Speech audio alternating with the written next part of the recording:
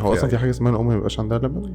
ربنا ما خلقش ما عندهاش لبن الا في حالات مرضيه خطيره يعني حاله مرضيه واحده في العنايه المركزه مثلا بعد الولاده. طب امال هم بيحكموا منين ان مفيش لبن؟ انه الطفل بيعيط، انه بيطلب رضاعه زياده، انه مثلا الوزن ما زادش، فطبعا بيدوا انطباع انه لا ده ما بيشبعش او ان لسه ما نزلش لبن. في مقوله بقى شهيره متوارثه ان اللبن ما بينزلش قبل 3 ايام، فعلى ما ينزل اللبن يبقى ايه نديله رضعه مساعده. وطبعا مفيش الكلام ده، هو اللبن يعني بينزل من اول ما الطفل يرضع. وانا عايز اشوف يعني شفنا يمكن احنا التسعينيات انه لبن السرسوب معروف بالظبط. كانت في التسعينيات شفنا الطفل بيتولد في اوضه الولاده والاب حاضر، والطفل بينزل بطن الام قبل ما يقطعوا المشيمه، ممكن بيحطوه على صدر الام، والطفل بيبتدي ان هو يدور في المحيط بتاعه وبيشم ريحه اللبن، وهو بيكتشف الحلمه وبيمسكها وبيبتدي يمص بتلقائي وخلاص. واول ما بدا يمص اللبن ده بيتصنع بناء على ايه؟ في احساس بالمص الطفل في مكان الرضاعه حلمه الام،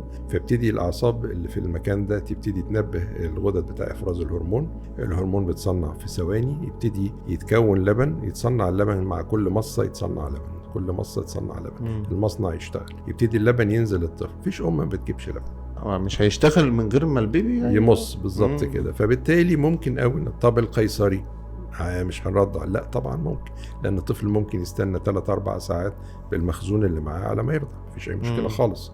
وهل يمنع القيصر؟ لا ما يمنعش، لان البنج بيروح في اقل من ساعه فخلاص خلصنا.